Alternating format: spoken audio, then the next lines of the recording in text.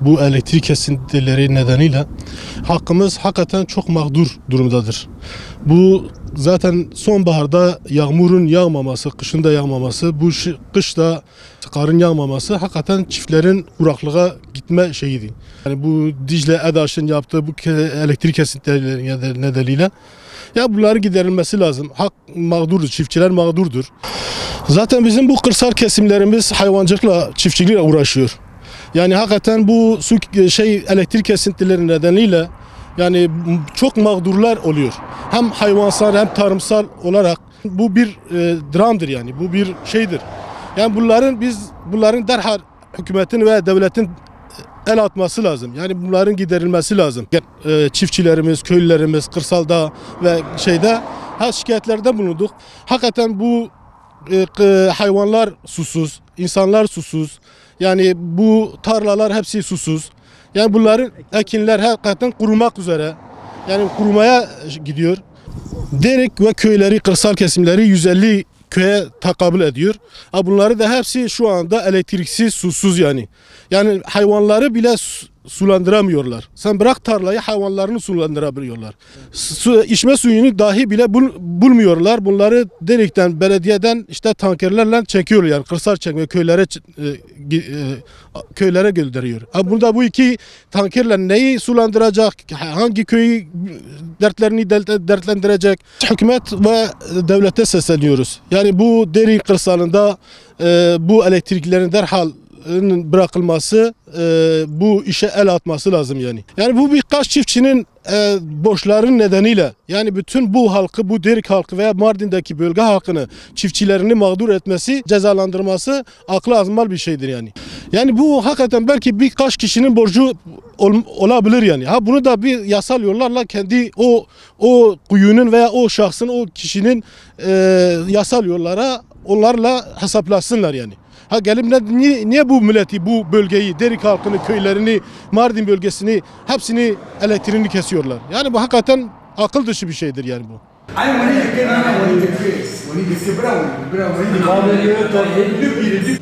Başkan ematını bir sonra bir elektriğe çağırır. Hatta ki cirana güntünü. Millet eserme, hayvanı millet vakti talep edin. İnsanın nahoş, bir oksijenin. buzdolabı, televizyon şenlemayı, Gışavutinin, am daire telaşı am dibejin. Muhatap ne? Muhtar muhatabı mı? Muhatap ne? Müjde de khobidin ve dest daiser destekame. Rivaya efendim para xo peşin bidin. Ya para bütün az peşin bidin. 3 milyarın min bir de 10 milyar. Muhtar.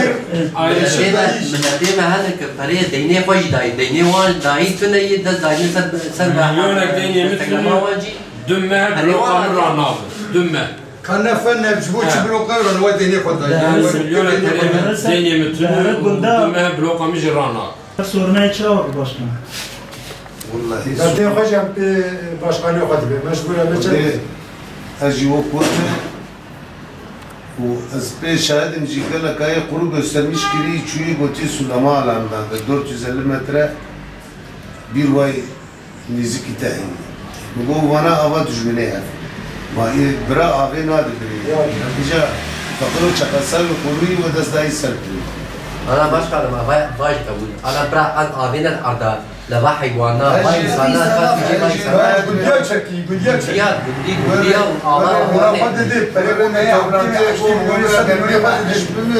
Biraz zaruke mi o hayvanı mı aşne? Hem de katını tatulaka abi. Gedeke ve darın mektebi, ağlı mektebi, ağlı mektebi tüne her lavaboyu da size komşu. Her o itfaiye kâri ve tüm itfaiye işini. Bir ayağım gede koy daş mektebi. 5-6 gündür elektriği kesmişler. Bize denilene göre vatandaşın borcu varmış.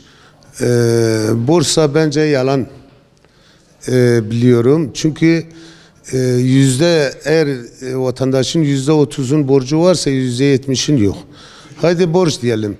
Kuyuların borcu var. Bu köylülerin ne suçu? Vatandaşın ne suçu? Çocukların ne suçu var? Hayvanların ne suçu var?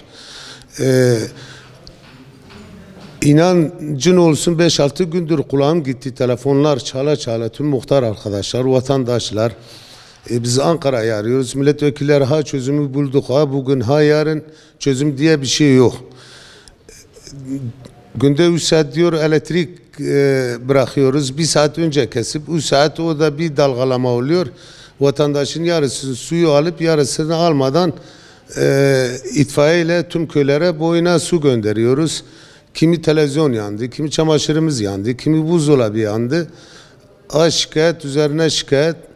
Yani bu 2'de 1 yalanlarla biz bu çiftçinin borcu vardır diye elektriği kesiyoruz. Tamam, çiftçinin borcu var. Bu köylerin borcu nerede? Köylere zaten sabit standart fatura çıkarılıyor. İstenilen fatura ödeniyor. Eğer çiftçinin kuyunun borcu varsa gidin kuyuları kesin. Örneğin babamı dün Diyarbakır Memoli Hastanesi'ne götürdüm. Rahatsız 3-4 gündür. Babamın günde 16 saat oksijen alması lazım. Dün doktorun bana söylediğine göre diyor oksijensiz kalmış, yine enfeksiyon kapmış.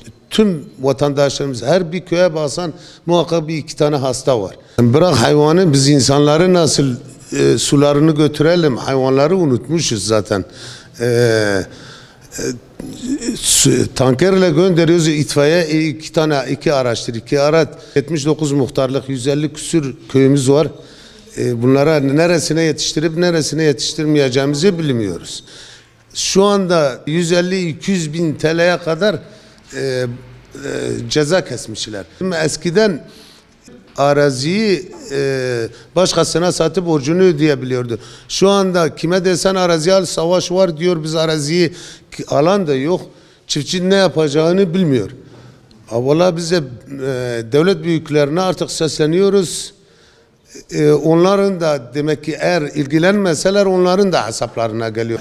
Şu anda TEDAŞ'ın bu yaptığı zulümü hiçbir insanlık, bir dine sığmaz.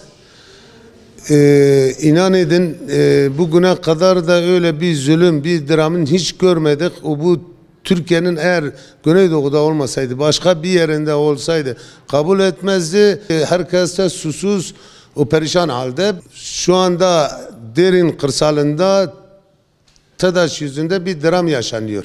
Ve tüm bölge halkına zulüm yapıyorlar. İnşallah yetkililer buna el atıp bu zulmü sonlandıracaklar.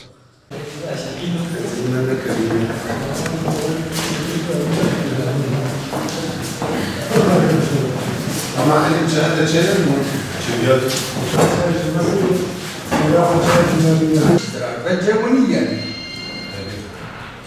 Başkan, ben diyorum, hemen işte senme dve devlet bir hükümet AK Parti'yi. Evet.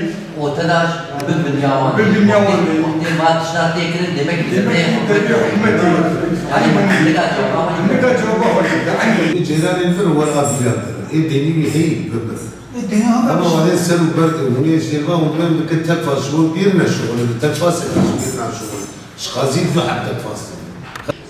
Borcumuz da olmadığından dolayı elektriğimizi kesiyorlar. Sucu olan, borcu olan gelsin onun elektriğini kessinler. Devletimiz diyor biz köye dönüş projesi uygulayacağız. Kişi başına 300 koyun vereceğiz. Halbuki TEDAŞ yüzünden millet köyden kaçmaya başladı.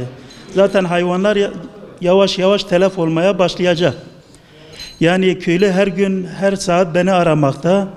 Yani yarın öbür gün köylü ayaklanırsa ne olacak? Bu olağanüstü durumda. Vallahi köylülerin korkusundan köye de gidemiyoruz. Telefonlarımızı da doğru düzgün açamıyoruz. Tabii elimizde somut bir şey yok. Nereye arıyoruz? Herhangi bir cevap yok. Hastalarımız var. Yani oksijenle yaşayan vatandaş var. Su yok. Yani biz bir Afrika ülkesinde yaşamıyoruz. Biz Türkiye Cumhuriyeti'nde yaşıyoruz. Biz komünizm rejiminde de değiliz. Sözde demokrasi var. Yani bu demokrasiyle yani 7 gün elektriğimiz yok. Nasıl yaşayalım bu bölgede? Artık çiftçiliği bırakacağız. Buğdaylar kuruyor. Millet ilacını atmış, gübresini atmış. Bir haftadır elektrik kesintisi var. Herhangi bir kuyu çalışamıyor. Hepimiz çaresiz bir şekilde ne olacağını bilemiyoruz. Yani artık çileden çıkacağız. Her sezon başladığında bu tür şeyler başlıyor. Yani bu elektrik kesintileri. Ama her dönem çiftçinin borcu mu var? Biz bu durumda artık çaresiz kalmışız. Bütün bölge toplanıp yarın bir karara varacağız. Bu kurum artık elektriğini nereye satarsa satsın artık. Onlara başvuruyoruz, siz elektriğimizi satmıyoruz ya diyor. Yani bize resmen bunu dayatıyorlar. Madem ki öyle gelsin abonelerimizi iptal etsinler, kuyuları kaldırsınlar, halkın elektriğini bıraksın.